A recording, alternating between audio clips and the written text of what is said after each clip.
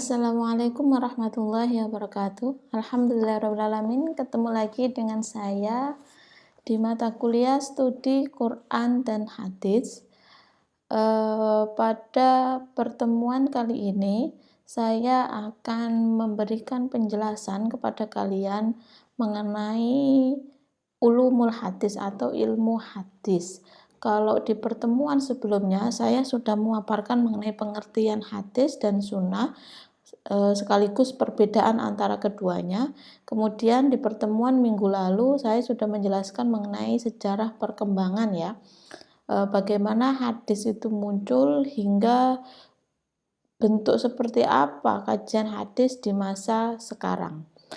Dan pertemuan kali ini saya mulai akan masuk ke ilmu hadisnya atau ulumul hadis. Nah, silakan disimak untuk masing-masing dari kalian. Nah, pertama saya akan menjelaskan mengenai pengertian terlebih dahulu. Ulumul hadis itu berasal dari dua kata ya, al-ulum dan juga al-hadis. Ulum itu kan jamak dari ilmu, beberapa ilmu. Al-hadis ya apa kemarin pengertian yang sudah saya sampaikan, hadis adalah segala hal yang muncul atau yang disandarkan kepada Rasulullah atau Nabi Muhammad SAW. Sehingga makna dari ulumul hadis yaitu ilmu yang berkaitan dengan masalah hadis dengan berbagai aspeknya. Nah, hadis sendiri itu kan segala hal yang muncul atau yang datang dari Rasulullah, baik itu perkataan, perbuatan maupun sikap atau ketetapan dari Rasulullah. Nah, kalau ulumul hadis itu segala hal yang berkaitan dengan aspek-aspek perkataan, perbuatan, dan ketetapan Nabi itu untuk mendukung memahami yang muncul dari Nabi, baik itu perkataan, perbuatan, dan ketetapan tersebut. Itu yang disebut dengan ulumul hadis. Nah, beberapa pengertian yang disampaikan oleh para ulama di penjelasan kali ini saya mengutip ulama mutaqaddimin. Ulama mutaqaddimin itu ulama masa awal. Ulama-ulama masa awal-awal ilmu hadis ini muncul yang disebut dengan mutaqaddimin. Mereka mengatakan bahwa ulumul hadis atau ilmu hadis adalah ilmu pengetahuan yang membicarakan tentang tata cara persambungan hadis sampai kepada Rasulullah, baik itu dari segi segala hal yang berkaitan dengan periwayatan yang mencakup tentang keadilan, kedobitan, adil dan dobit. Adil dan dobit itu bisa menempatkan diri atau orang yang meriwayatkan hadis tersebut tidak berbohong, jujur, hafalannya kuat. Nah, itu yang disebut dengan adil dan dobit. Dan juga dari sisi bersambung atau terputusnya sanad. Nah, ini beberapa hal yang dimaksud dengan yang tadi saya katakan berkaitan dengan berbagai aspek. Nah, berbagai aspek itu segala hal yang mendukung untuk memahami mengenai perkataan, perbuatan, dan ketetapan Nabi itu berkaitan menyangkut mengenai periwayatan. Hadis yang sampai kepada kita saat ini, yang sering kita baca dalam kitab-kitab, itu sebenarnya melalui proses yang sangat panjang, yaitu kalau dulu tradisi masa dulu kan oral kan lebih utama. Nah, dari situ untuk menjaga keoriginalan dari hadis sendiri, bahwa hadis tersebut memang berasal dari Rasulullah, maka perlu adanya sanad atau periwayatan dari para ulama, dari para sahabat, tabi'in hingga ke ulama-ulama yang meriwayatkan hadis seperti Sahih Bukhari, Muslim, dan sebagainya. Itu dilihat, diteliti mengenai ketersambungan atau keterputusan sanad antar periwayat itu. Nah, pembelajaran atau memahami mengenai periwayatan tadi itu yang salah satu yang dimaksud dengan kajian yang dibahas dalam ulumul hadis. Itu pengertian dari ulumul hadis. Sekarang urgensinya, pentingnya, kenapa mempelajari ilmu hadis itu seberapa penting atau apa kepentingan belajar ulumul hadis. Nah, ulumul hadis sendiri kan ilmu yang penting ya bagi hadis. Kenapa? Karena untuk memahami hadis, untuk mengetahui apakah hadis tersebut memang benar-benar berasal dari Rasulullah atau tidak, maka perlu belajar tentang ilmu-ilmunya. Ilmu-ilmu tersebutlah yang disebut dengan ulumul hadis. Maka kepentingan ini itu berkaitan atau melingkupi mengenai pengetahuan terhadap hadis, apakah memang benar hadis yang diriwayatkan, hadis yang didapatkan itu berasal dari Rasulullah atau ternyata bukan dari Rasulullah. Seperti bisa jadi itu perkataan para sahabat atau qaul para ulama. Nah, dengan ilmu hadis maka bisa membedakan mana perkataan perbuatan yang itu memang berasal dari Rasulullah, mana yang bukan. Kepentingan lain atau urgensi yang lain adalah untuk menilai riwayat yang terlibat dalam suatu hadis, sehingga dapat diketahui apakah hadis tersebut sahih, benar-benar memang dari Rasulullah atau tidak. Nah, tidak hanya belajar ilmu hadis itu tidak hanya belajar cara memahami isi dari hadisnya, tapi juga mengecek apakah hadis itu sahih, memang tersambung sanadnya sampai kepada Rasulullah, atau ternyata sanadnya itu terputus di masa tabi'in, misalkan seperti itu. Nah, ilmu hadislah yang berperan penting untuk memahami, mengetahui hal seperti ini. Urgensi yang lain atau kepentingan yang lain adalah dari sisi pemahaman isi. Nah, kalau tadi saya berbicara urgensi dari sisi periwayatan atau kebenaran hadis tersebut memang dari Rasulullah atau tidak. Kalau yang ini saya membahas mengenai urgensi yang berkaitan dengan sisi pemahaman isi teksnya, dalamnya. Nah, yaitu sisi pemahaman isi pesan yang dibawa dalam hadis perlu adanya elaborasi. Ada elaborasi tentang bagaimana konteks historis dari hadis tersebut dan juga berkaitan dengan beberapa pemahaman yang dilakukan oleh para sahabat serta para ulama.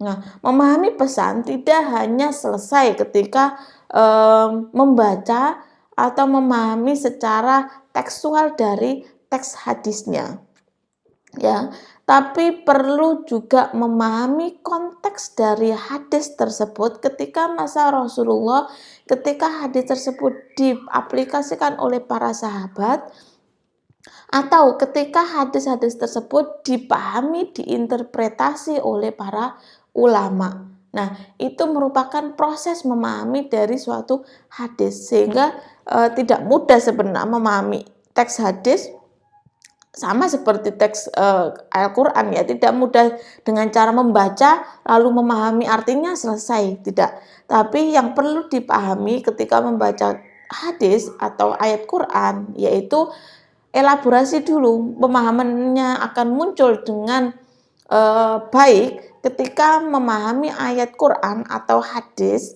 itu mengelaborasi juga memahami konteks dari ketika hadis tersebut dimunculkan. Nah, baru akan tahu ketika dibawa di konteks saat ini, apakah makna substansi yang tertuang pesan yang ada dalam teks hadis itu bisa terus diaplikasikan atau ada perubahan aplikasi yang tidak merusak dari pesan inti dari hadis tersebut. Nah, itu urgensinya. Dan ilmu ulumul hadis lah yang memberikan pembelajaran atau pengetahuan mengenai hal tersebut.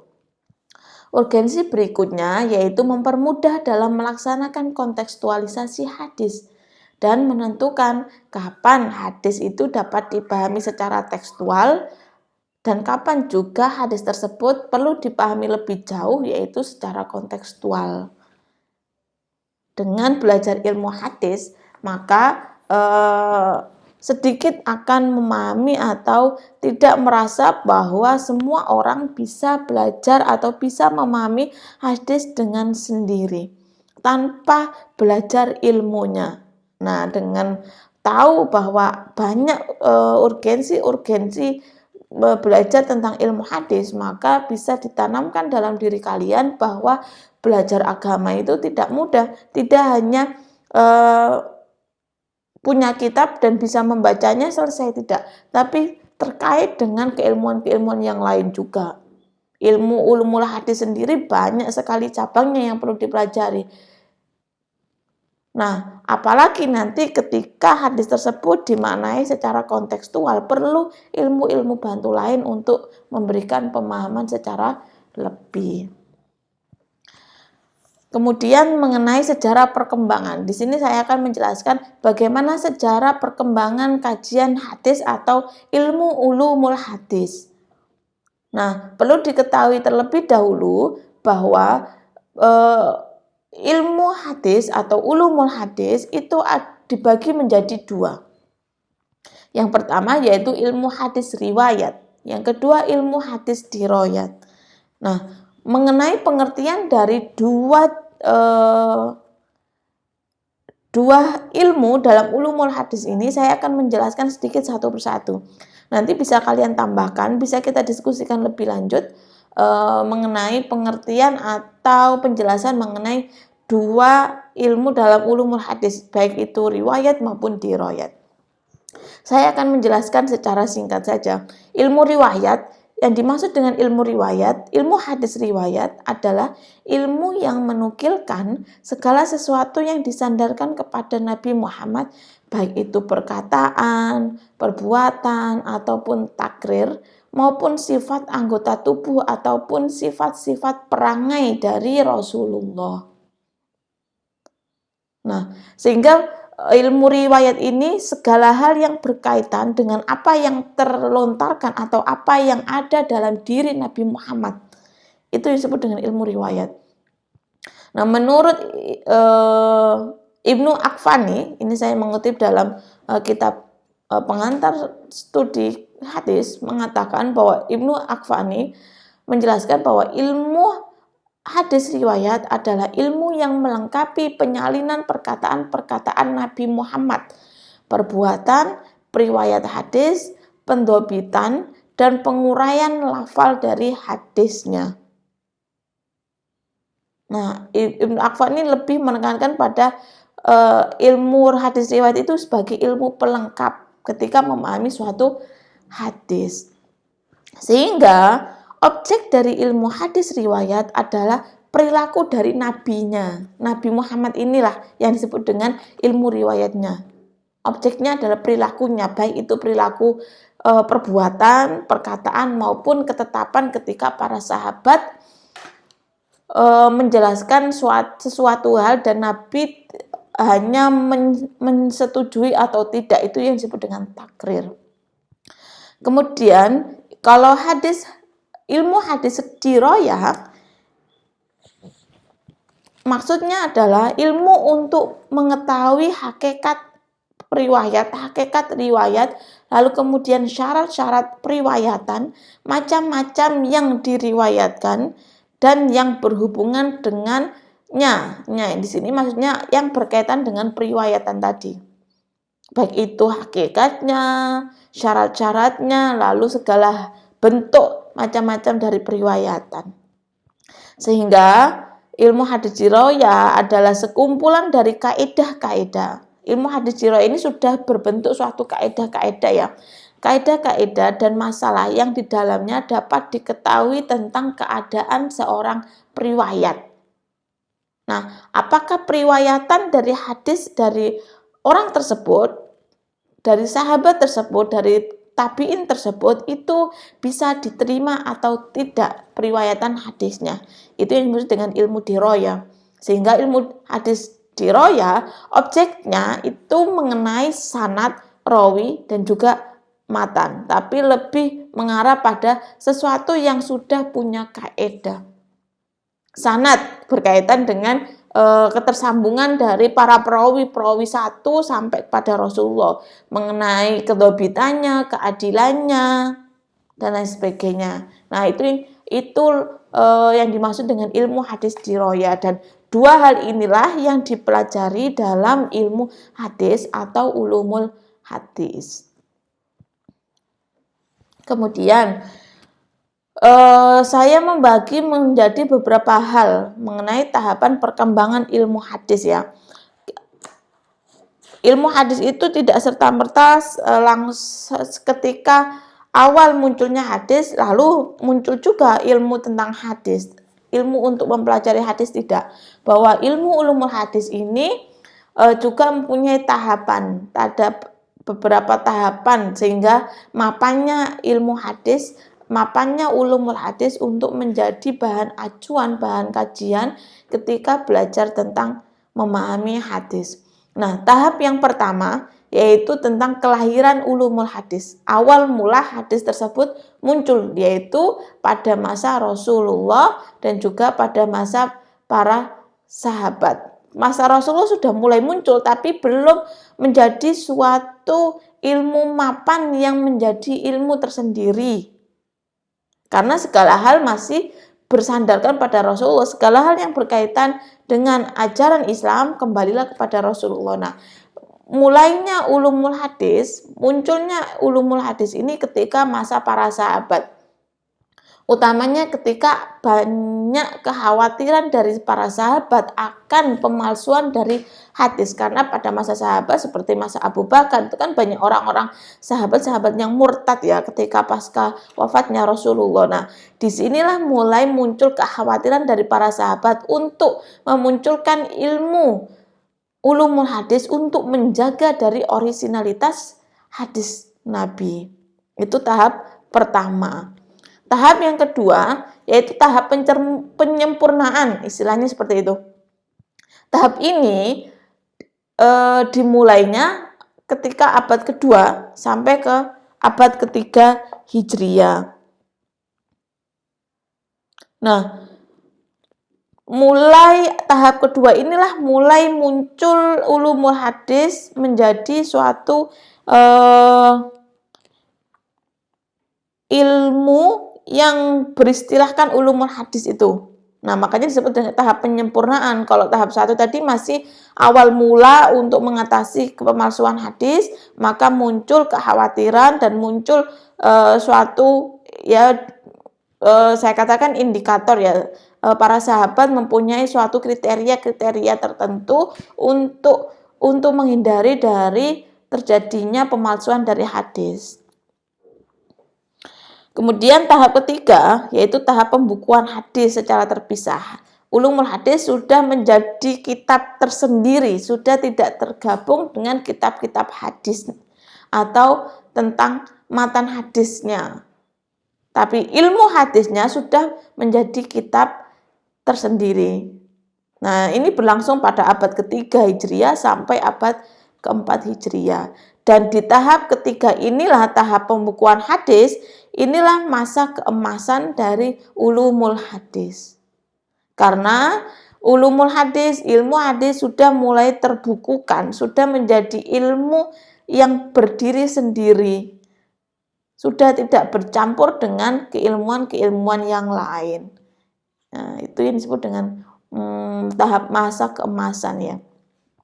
Tahap keempat yaitu tahap penyusunan kitab-kitab induk ulumul hadis dan penyebarannya. Nah, kalau tahap ketiga sudah mulai ada pembukuan, kodifikasi, tahap keempat ini pembukuan kodifikasi dari kitab ulumul hadis mulai disebarkan ke beberapa wilayah atau daerah kepada para ulama-ulama sebagai pegangan ketika memberikan pembelajaran atau ketika belajar ilmu hadis. Dan ini terjadi pada pertengahan abad keempat hingga abad ke-7. Nah, beberapa kitab yang menjadi hasil dari tahap keempat. Ini contohnya adalah kitab Al-Muhadis Al-Fasl Bainar Rawi wal Wa'i karya Muhammad Ar-Romah Hurmuzi. Nah, ini merupakan kitab ulumul hadis pertama yang bisa dikatakan kitab ulumul hadis yang masih bisa terlacak, kitab hadis era awal yang masih bisa terlacak hingga sekarang. kitab Al-Muhaddits Al-Fasl Bainar Rawi wal Wa'i. Itu tahap keempat. Tahap kelima yaitu tahap pematangan atau penyempurnaan dari kitab-kitab ulumul hadis yang terjadi pada abad ke-7 sampai abad ke-10, dan pelopor dari tahap penyempurnaan dari kitab-kitab ulumul hadis itu adalah Ibnu Shalah. Di tahap ini mulai muncul adanya pemberian definisi, tidak hanya sekedar istilah-istilah tapi ada definisinya. Lalu ada kesimpulan dari ilmu tertentu tersebut yang ada dalam kitab ulumul hadis, dan juga ada sedikit penjelasan lanjutan dari berbagai pendapat mengenai istilah-istilah dalam ulumul hadis, tentang istilah rawi, sanad, lalu sahih dan sebagainya. Tahap keenam, masa kejumudan kebekuan. Nah, ini mulai terjadi kemunduran keilmuan hadis, yaitu ijtihad dalam ilmu hadis dan penyusunan kitab nyaris berhenti total. Tidak banyak kitab-kitab baru yang muncul pada tahap keenam ini. Meskipun mulai muncul kitab-kitab praktis ya, sederhana, kitab-kitab ringkasan-ringkasan dari kitab-kitab sebelumnya, tapi tidak banyak muncul kitab-kitab baru tentang ulumul hadis. Contohnya seperti kitab Al-Manzumat Al-Baiquniyah karya Ibnu Futuh Al-Baiquni, itu kitab ringkas sederhana untuk memahami ilmu hadis. Tahap terakhir yaitu tahap kebangkitan kedua. Nah, setelah terjadi pembekuan atau kejumudan, tidak terjadi perkembangan keilmuan hadis, di tahap keempat pada abad keempat Hijriah mulai maju lagi atau mulai muncul lagi mengenai keilmuan hadis ini yang dilakukan oleh para ulama, sehingga muncul beberapa kitab yang bisa rekomendasi ya, kitab-kitab bagus yang muncul di abad ke-14 ini yang menjadi pelengkap terhadap kitab-kitab sebelumnya, seperti kitab Qawaidut Tahdits karya Jamaluddin Al-Qasimi. Nah, itu beberapa sejarah perkembangan dari kitab atau kajian ulumul hadis mulai awal dari masa Nabi, sahabat, sampai masa di mana hadis itu, ilmu hadis sudah menjadi ilmu tersendiri yang mapan dan bisa dilakukan atau dipelajari hingga saat ini. Nah, kemudian materi yang berikutnya yang akan saya sampaikan tentang ilmu-ilmu yang berkaitan dengan ilmu ulumul hadis. Ilmu ulumul hadis ini berkaitan dengan sanad dan juga periwayat. Sehingga ilmu yang muncul nantinya yang juga akan kita pelajari sedikit-sedikit di mata kuliah ini, yaitu tentang ilmu rijalul hadis, yaitu ilmu yang membahas orang-orang yang berada di sekitar kegiatan transmisi atau penyebaran dari hadis. Nah, ilmu berikutnya yaitu ilmu tabaqat ruwah, ilmu yang membahas tentang keadaan periwayat tertentu yang dikelompokkan dari sisi umur, lalu gurunya siapa, latar belakang biografinya lah. Nah, itu disebut dengan ilmu tabaqat ruwah.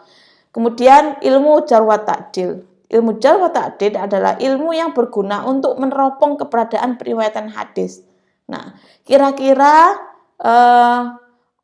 orang yang meriwayatkan hadis tersebut, apakah orangnya itu kuat hafalannya, lemah hafalannya? Nah, itu yang dimaksud dengan ilmu jarh wa ta'dil.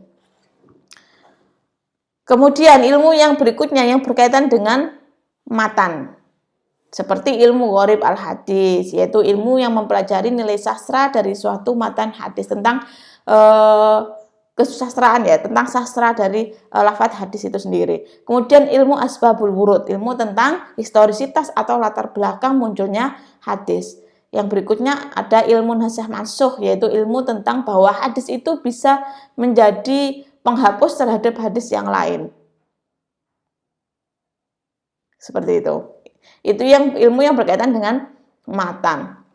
Yang terakhir yaitu ilmu yang berkaitan dengan sanad dan matan, seperti ilmu ilal hadis, yaitu ilmu tentang berbagai hal yang berkaitan dengan sebab-sebab tersembunyi atas kelemahan suatu hadis.